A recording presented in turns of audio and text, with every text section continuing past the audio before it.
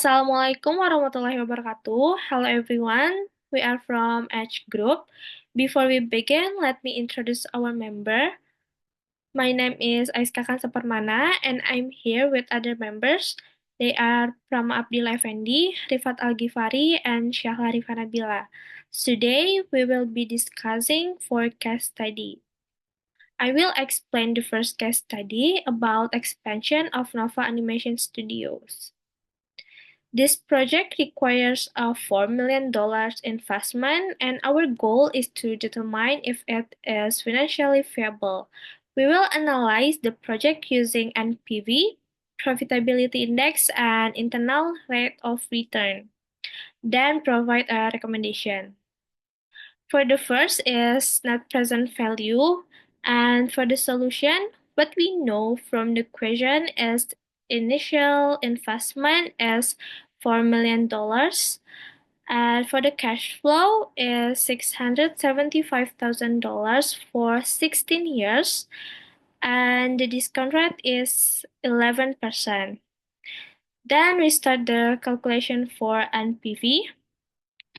This is the formula for calculating net present value. And because annual cash flow is $675,000 for 16 years, so we add $675,000 from the first year or CF1 until the last year or CF16. And then the NPV result is $980,934.20. I would like to inform you before we get to the profitability index calculations. This $4,980,934.20 is present value, and we will use it for calculating profitability index.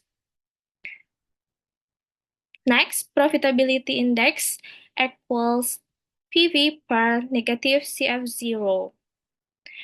We input the present value that I mentioned before per negative 4 million. And the result of profitability index is 1,35. Next, about internal rate of return. This will require finding the rate at which NPV is equal to 0. We compute the NPV at different rates to determine the range of internal rate of return. At this stage, we only change the discount rate section, this section. Okay, we try to change the discount rate value to 0% in here, and the result is $6,800,000. Next, if we change the discount rate again to 5%, the result will be $3,315,494.45. When discount rate is 10%, this we change. The result will be $1,282,003.33 here, the result. Then if the discount rate is 15%, the result will be $19,180.54. And when the discount rate is 20%, this we change. The result will be negative $807,546.64. Okay, this table suggests that internal rate of return is between 15 and 20%. This is the formula for calculating internal rate of return. And for K1, we get from 15%, and the K2 we get from 20%. And for the positive NPV, we get it from here, and the negative NPV we got from here. So we input to this formula, and the result for internal rate of return is 15.12% in here, the result. Next, for the conclusion, for the first net present value, the project requires an initial investment of $4 million and generates future cash flow that have a present value of $4,980,934.20. Consequently, the project cash flow are $980,934.20 more than the required investment. Since the NPV is positive, the project is an acceptable project. And for the second profitability index, Novadimation Studios require an initial investment of $4 million and provides future cash flow that have a present value of $4,980,934.20. This profitability index is equal to 1,25. It is an acceptable project since profitability index greater than 1. And for the third, about internal rate of return, the project is accepted because the internal rate of return value is 15.12% greater than the required discount rate, 11%.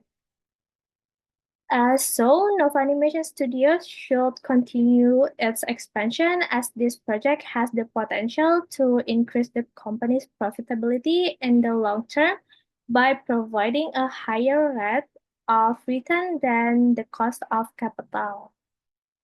Okay, next I will explain the case study about expansion of Velocity X Motor product line. From the case study, there are four things are as, namely initial investment recruitment, the second is annual net cash flow estimation, then terminal cash flow in year 10, and investment viability through NPV analysis.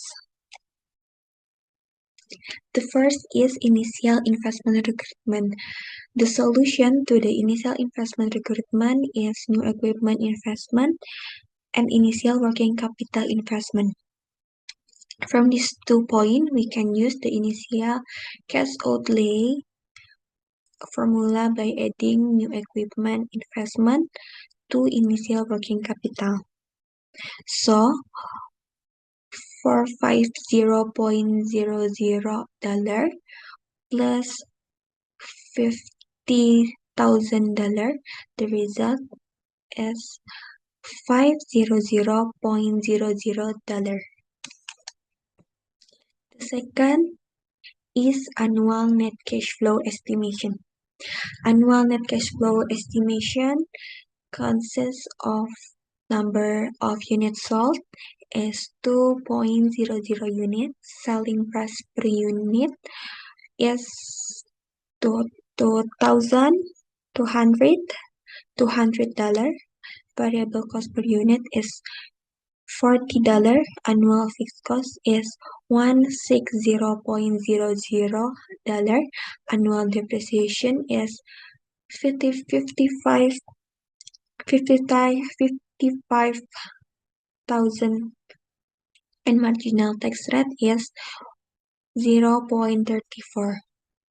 To find the annual net cash flow, we use 7 steps. The first, calculate total revenue.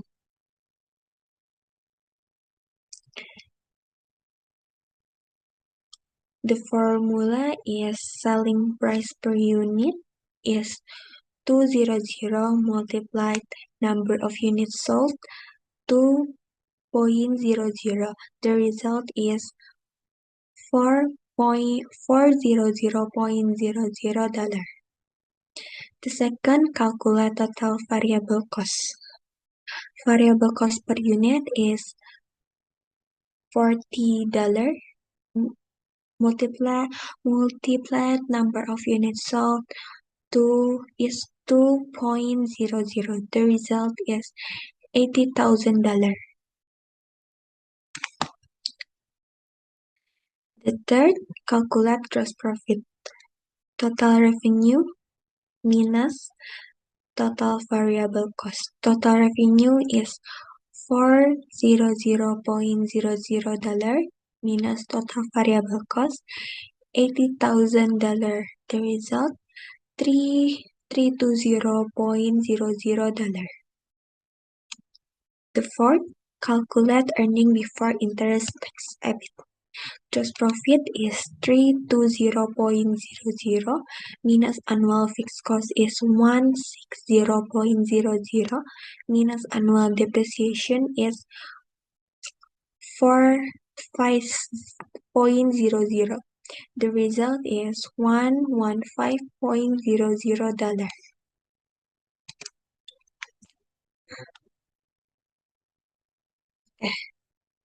Next, calculate income tax. EBIT multiplied marginal tax rate. EBIT $115.00 multiplied 1.34. The result is $39.100. Then calculate earning after tax. EBIT is $115.00 minus income tax is $39.100. The result is $75.900. And last, calculate annual net cash flow year 1 until 9. EBIT is $75.900 plus annual depreciation for $45.00. The result $120.900. Okay. Next is terminal cash flow in year 10. In year 10, the terminal cash flow is calculated by adding annual net cash flow and working capital recovery. It is known that the value of the annual net cash flow from year 1 to year 9 is $120.900. So the end working capital recovery $50.00. So the terminal cash flow in the 10-year is annual net cash flow plus working capital recovery. Annual net cash flow is $120.900 plus $50.00. The result is $170.900. Okay, next is the net present value analysis. In investment analysis, the net present value method is used to evaluate the feasibility of a project based on the present value of future cash flow.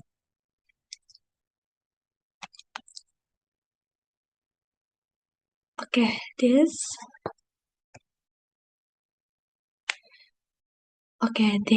known net present value. CVO is $500.00 and CV1 until CV9 is $120.900 and CV10 is $170.900 and N is 10 years and K is 0.10.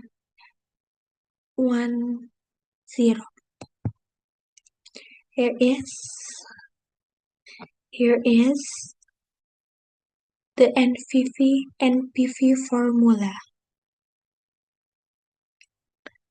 Okay, after calculating all discounted cash flow, it is obtained. This is total present value of cash flow. So total present value of cash flow is 262.155.27. Okay, and last is the conclusion. Based on the result of the net present value NPV calculation which show a positive value, can be concluded that this project is financially feasible. Therefore, it is recommended that Velocity X Motors continue to expand its gas-powered skateboard product line. This project not only provides significant financial benefits, but also strengthens the company's competitiveness in facing changing market trends. Okay, the next we'll discuss and evaluate the financial viability of quantum tech solutions. The title is break-even analysis and strategy recommendation for the expansion strategy for at the quantum tech solutions.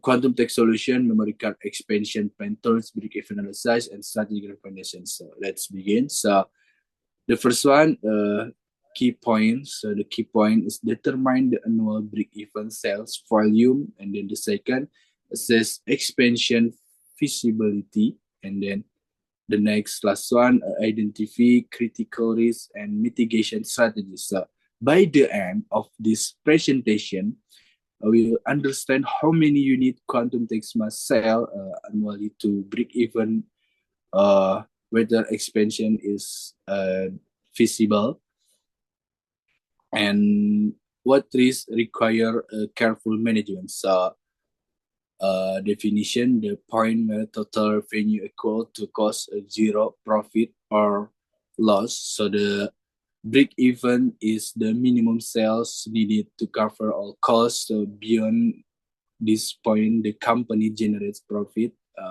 Below it, and then lesser occurs. So next, okay, the first one, financial input. So the financial input is initial investment is 800 million yuan, and then annual depreciation 160 million yuan. This is a method strike line 5 years, and then the next selling price. The selling price is 15,000 yuan per unit, and then variable cost 10,000 yuan per unit, and then fixed cost 340 million yuan per year. And then our analysis use these inputs.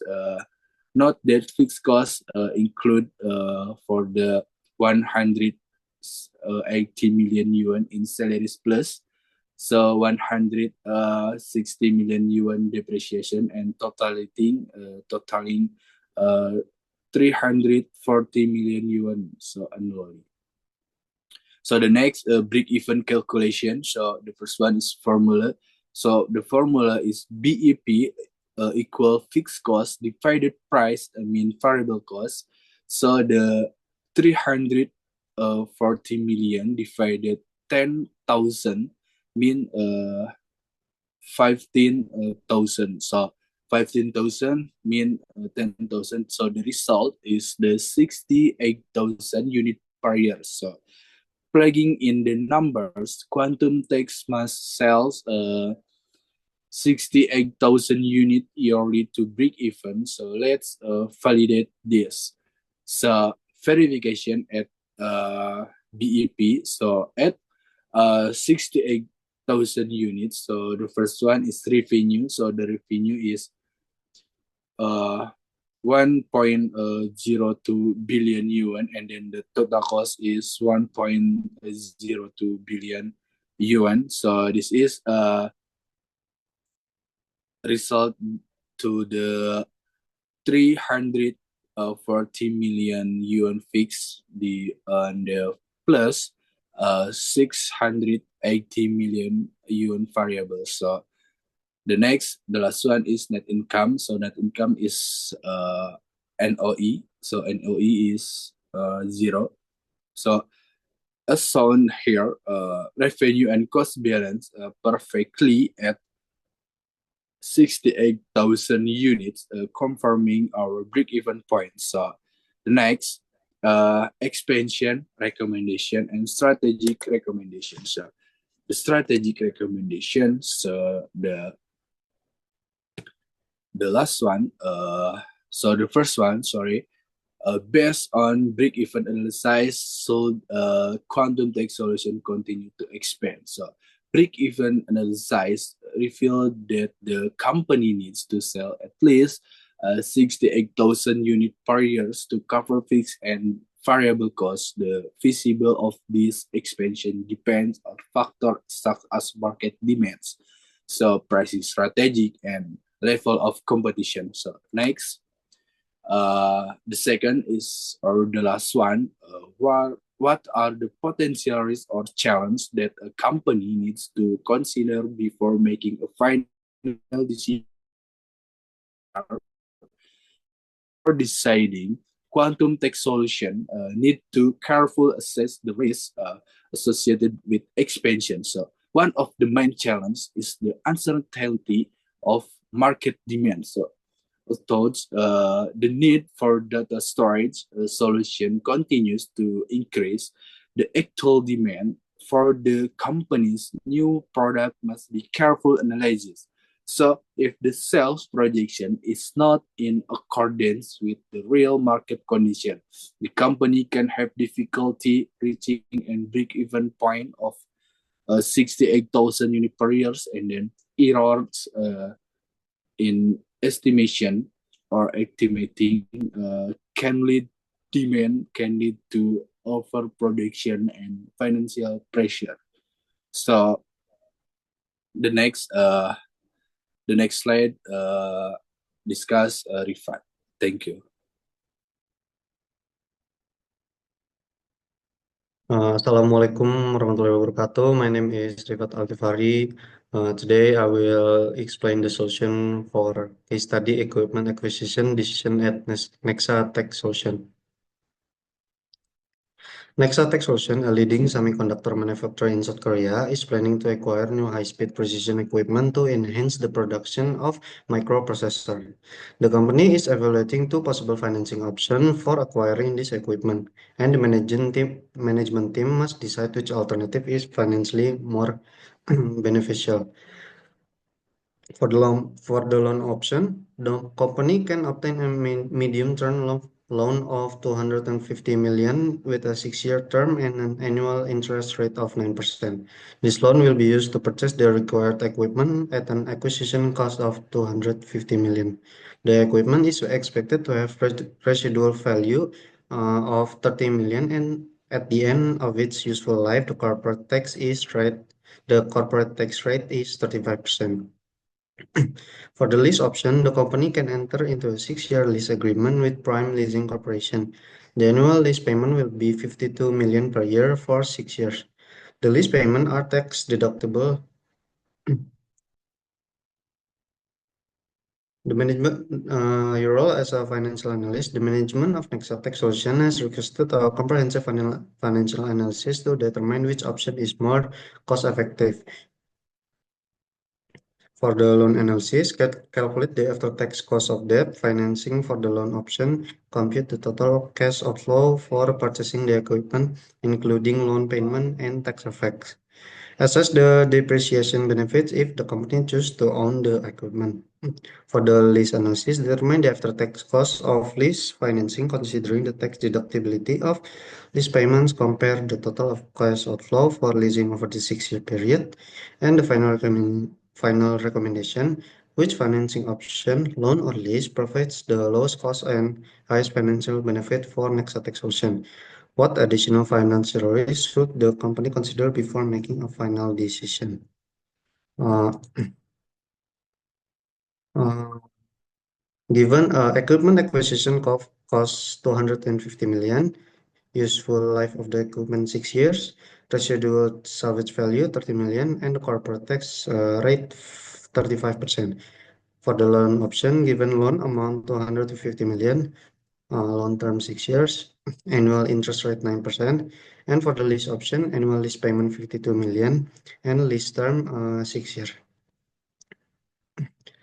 The solution is for the loan analysis, calculate the after-tax cost of debt financing for the loan option.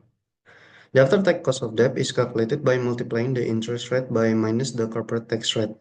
So after-tax cost of debt, interest, 1 minus tax rate, so 9%, 1 minus 35% equals 5.85%.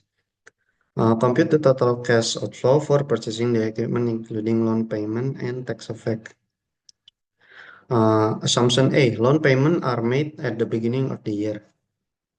So 250 million equals loan payment times PVIV 9% plus loan payment times PVIVA 9%. So 250 million equals loan payment times 1 plus loan payment times 3.8897. 250 million equals loan payment plus 3.8897 times loan payment. 250 million equals 4.8897 times loan payment. So loan payment equals 250 million divided by 4.8897 equals 41,127,881. For the depreciation, 250 million minus 30 million divided by 6, so it equals 36,666,667. So this is the table.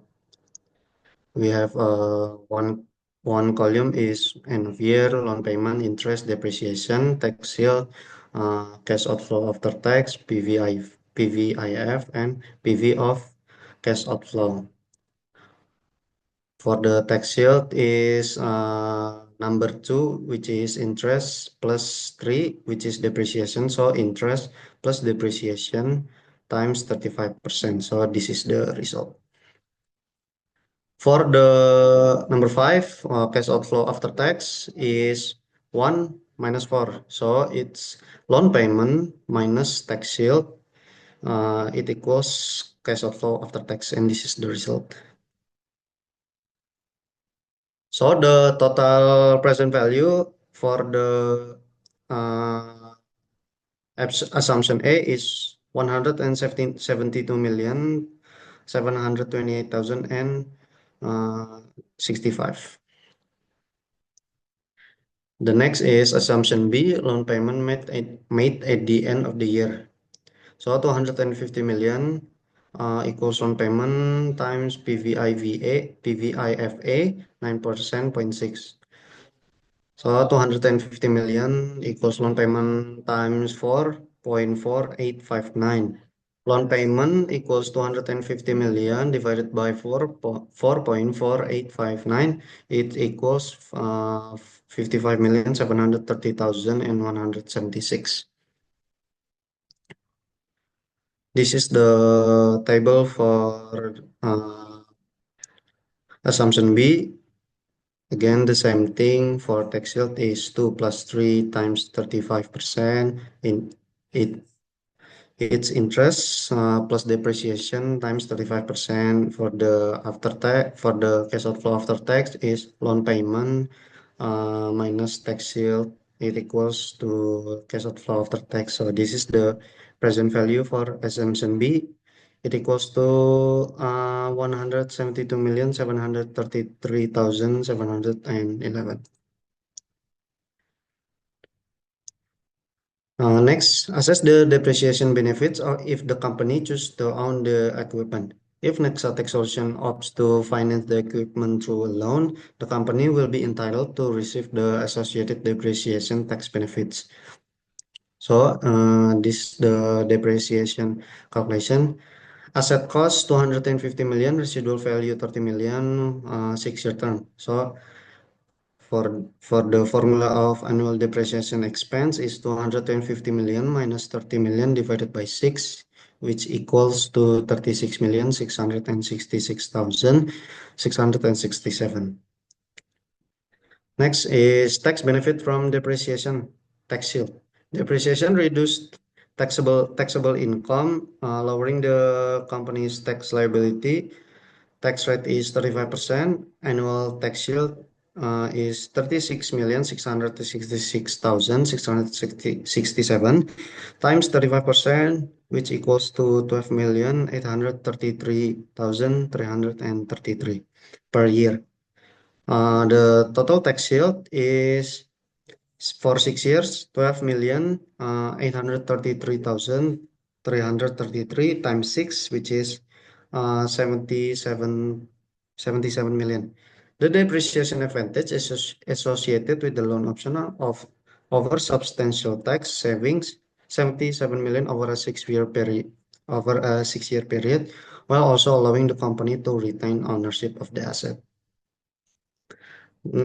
Next is for the lease analysis. Determine the after-tax cost of lease financing considering the tax deductibility of lease payment.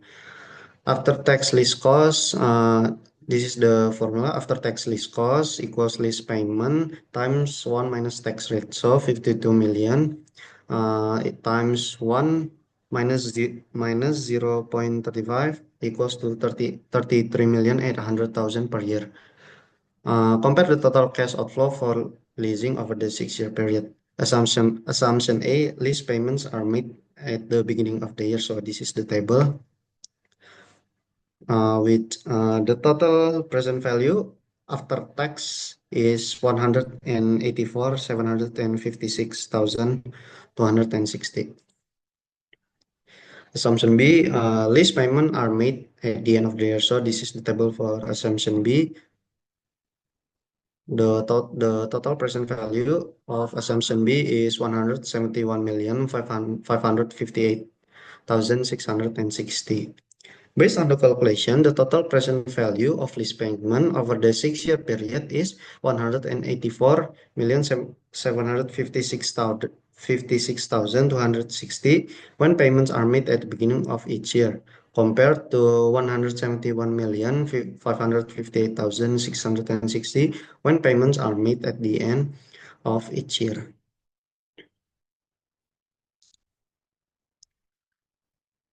Which financing option, loan or lease, provides the lowest cost and highest financial benefit for Nexa Tech Solution? We have loan option. Payment made at the beginning of the year is 172,728,065. For the end of the year, payment made at the end of the year is 172,733,711. For the lease option, we have beginning of the year payment is 184,756,260, and the end of year payments is 171,558,660. The lease option with payment made at the end of each year offers the lowest present value at 171,558,660, making it the most economical option when focusing solely on cash outflow. If minimizing the cost of capital is the company's priority, then the end of year payment lease option with a PV of 171,558,660 would be the most favorable choice. What additional financial risks should the company consider before making final decision? For the loan, the risk of loan is if the loan has a variable interest rate, payment may increase over time.